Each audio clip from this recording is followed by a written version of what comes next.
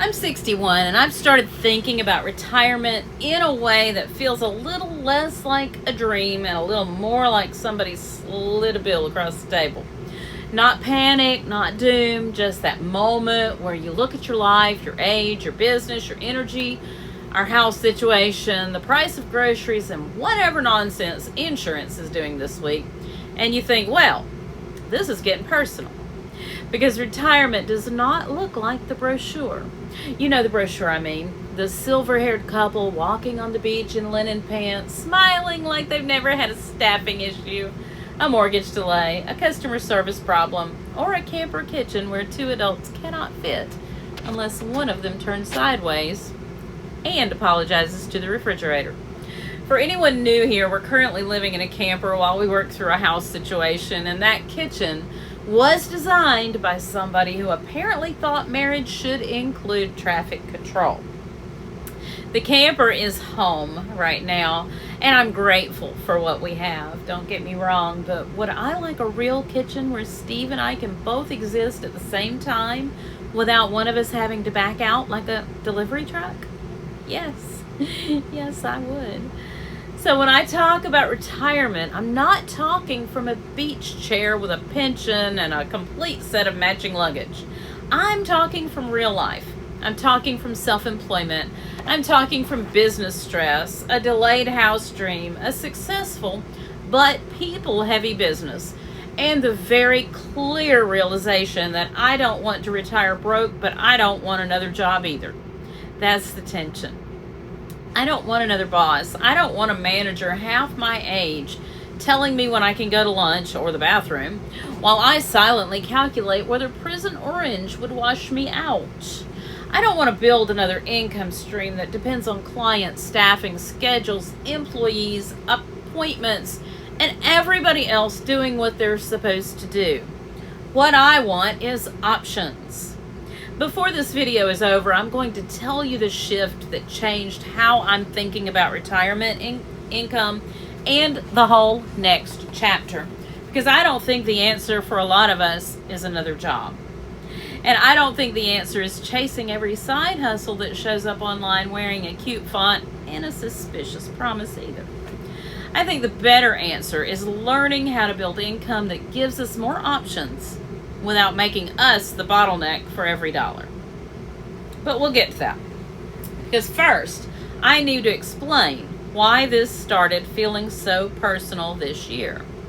And if you are a Gen X or a baby boomer woman with bills, brains, and no patience for internet nonsense, go ahead and subscribe and like the video. I'd really appreciate it. That's what this channel's for. We're talking about realistic, no client income after 50. And we'll talk about things like Amazon influencer, affiliate income, Pinterest traffic, simple digital products, AI tools, and building income options. Excuse me, without pretending any of this is fairy dust. Now let's talk about what changed for me. Now, retirement has been in the back of my mind for a while, of course. You don't get into your 60s and never think about it. Excuse me again, but this year, as I got closer to 62, it started feeling a little different. Less like a someday idea and more like something sitting across the table and making eye contact. I don't want to quit working. That's not really the goal. I like building things. I like learning. I like creating. I like making money. Let's not be weird about that. But I do want to slow down some. I want to enjoy more. I want to travel more with Steve while we can enjoy it. I want a home that feels good to live in. I want a real kitchen, comfort, beauty, and a cushion big enough that every surprise expense doesn't feel like a tiny financial jump scare. And I want work that feels different. That's the part I didn't fully understand until recently. It's not that I don't want to work. It's that I don't want every dollar to require so much people management. We've built a real dog training business. It's successful, it's established, it's active, and it's not going anywhere right now. I'm proud of what we've built, but it's a client-based, service-based business, and service businesses come with a lot more than just the actual service. In dog training, the dogs are not the problem. The people, however, can be very challenging, and I say that with love, mostly. We can teach the owner what to do. We can coach them, demonstrate, explain the plan, follow up, and give them the tools. But at some point, they still have to do the work with the dog. And some people want the dog to be great because they paid the invoice, not because they followed through. Which I understand emotionally. I too would like to pay for abs and skip the sit-ups. But life has been really rude about that. Then there's staffing. And Lord help me, staffing will make you question humanity, your patience, and possibly your blood pressure. Hiring is exhausting. Training is exhausting. Firing is exhausting. Trying to find people who actually do the work the way it needs to be done is exhausting.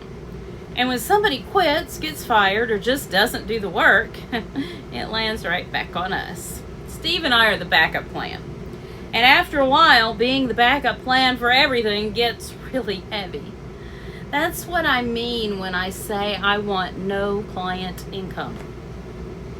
I'm not saying I hate clients. I'm not saying the dog training business is failing. I'm not saying I'm running off into the woods to live on affiliate links and Dr. Pepper. I'm saying I've built a people-dependent business, and I understand what that costs. At this stage of life, I want some income that's less people-dependent. That's really the better phrase, less people-dependent income. Income that can be created, published, searched, watched, clicked, bought, or downloaded without me needing to manage a schedule, book a client, chase follow-up, train another employee, answer a message before I've had enough caffeine to remember my own email password. That's the appeal. And I think a lot of women over 55 understand this, even if they haven't put those exact words around it yet. You may not want to stop working completely. You may still have ideas. You may still want to build. You may still want money coming in. But you also know you don't want to spend the next chapter chained to clients, customers, staffing problems, or a job that makes you ask for permission to go to the dentist. A lot of us were raised to work hard. We were out there drinking from water hoses, riding in the bed of pickup trucks, and making Jiffy Pop on the stove, while that aluminum foil bubble puffed up like a science project. We know how to work. But just because we know how to work doesn't mean we have to keep making money the hardest possible way forever. That's the sentence that's been sitting with me. I'm not trying to retire into doing nothing. I'm trying to stop making income the hardest possible way. And no, I'm not a financial advisor. I'm not telling you what to do with your Social Security, retirement accounts, taxes, investments, or anything that requires a license and a calculator smarter than the both of us. This is not financial advice. This is a real-life conversation about building more income options, the kind I'm building myself. And for me, the first no client, less people dependent income lane that really proved something was Amazon Influencer. I've uploaded nearly 1,100 Amazon Influencer videos so far, and it has averaged around $1,000 a month for me. That's real money. It's not yacht money. It's not Steve packed your bags, I bought an island money, but it's real money. It helps. It creates breathing room. And what I like about Amazon Influencer is that it's less people dependent than service work. I can film product videos, I can upload them, I can improve my product selection, I can request samples from brands, I can build my storefront, and if Amazon chooses to place those videos where shoppers are already looking, those videos can potentially earn. It's still work, more work than people actually think. I talked about that in another video, the last video. There's filming, there's uploading, there's product research, there's sample requests, descriptions, organization, and all the little computer tasks that somehow multiply like laundry. But it's a different kind of work. It doesn't require an employee to show up. It doesn't require a client to follow through. It doesn't require me to drive somewhere for an appointment. It doesn't require me to manage someone else's expectations in real time. That matters to me now. But Amazon Influencer is also not the whole plan, because Amazon can change things. Amazon already changed things on me. My commissions dropped in April after an update, and that was just a lovely little reminder that Amazon is not my rich uncle. Amazon works for Amazon. So yes, I like Amazon Influencer. I'm still building it. I'm still adding to my storefront. Things have recovered some, but I'm not building my whole future on one platform, because one platform is not a retirement plan. It's a lane. And that's where the asset idea comes in. I'm not trying to collect side hustles like decorative chickens or something. I'm trying to build assets. There's a difference. A side hustle can become another job if you're not careful. It can become one more thing that needs you constantly. One more thing with tasks, stress, messages, and no real system. An asset is different. An asset is something you build that has the potential to keep working after you create it. It might be a video library. It might be a product recommendation system. It might be traffic from Pinterest. It might be a simple digital product. It might be an email list. It might be a trusted voice that people come back to because they know you're not feeding them internet nonsense with a bow on it. That's what I'm building toward. For me, Amazon Influencer is one asset lane. YouTube is another because it builds trust and authority. Pinterest can become traffic. Benable can organize product recommendations. Substack and email can go deeper. Simple digital products can solve small problems for people and sell without me having to book a call. But I'm not building those as random projects. That's the part that matters. I don't need another pile of tasks wearing lip gloss. I need the pieces to support each other.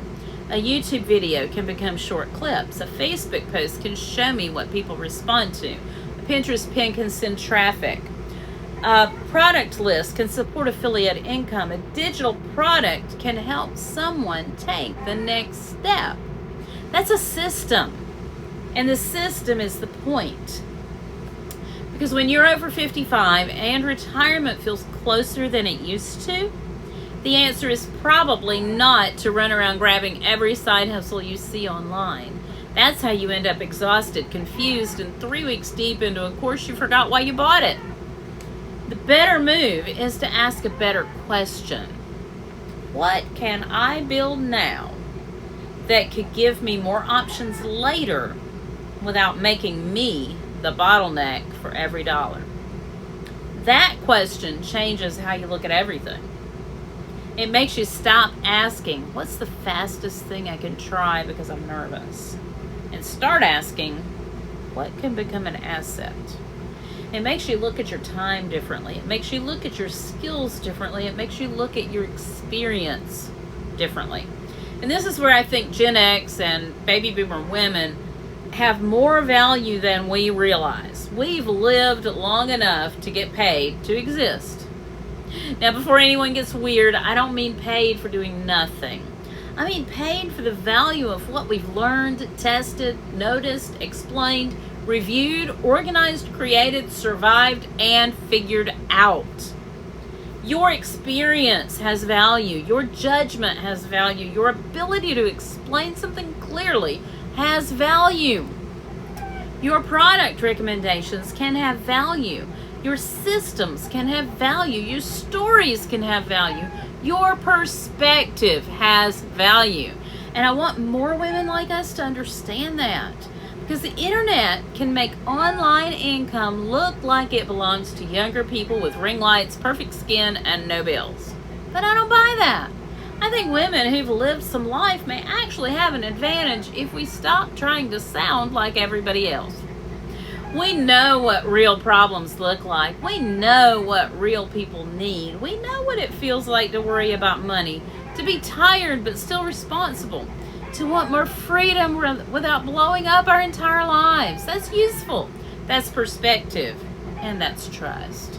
And trust matters if you want to build online income. So no, retirement may not look like the brochure. Maybe there are no linen pants. Maybe the beach couple had better timing, better pensions, fewer surprise expenses, and a suspiciously calm grocery bill.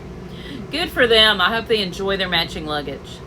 But I'm not building my next chapter around a brochure. I'm building it around reality. And reality says I want options.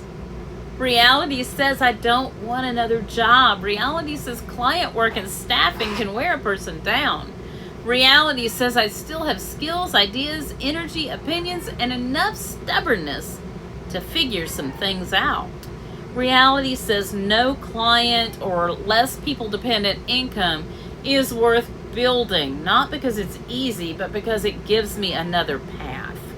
And that's what I want for you too. Not panic, not shame, not pretending, just options. So if this hit a nerve, go ahead and like this video. If you want the real version of building this no client, less people dependent income after 50, subscribe, or 55 or 60. Subscribe. This channel is for Gen X and baby boomer women with bills, brains, and no patience for internet nonsense. And in the comments, tell me this. When you think about retirement, what hits hardest? Is it not having enough income? Not wanting another job? Being tired of clients or customer service? Wanting more travel? Wanting a cushion? Or just wanting to know you've got more than one option?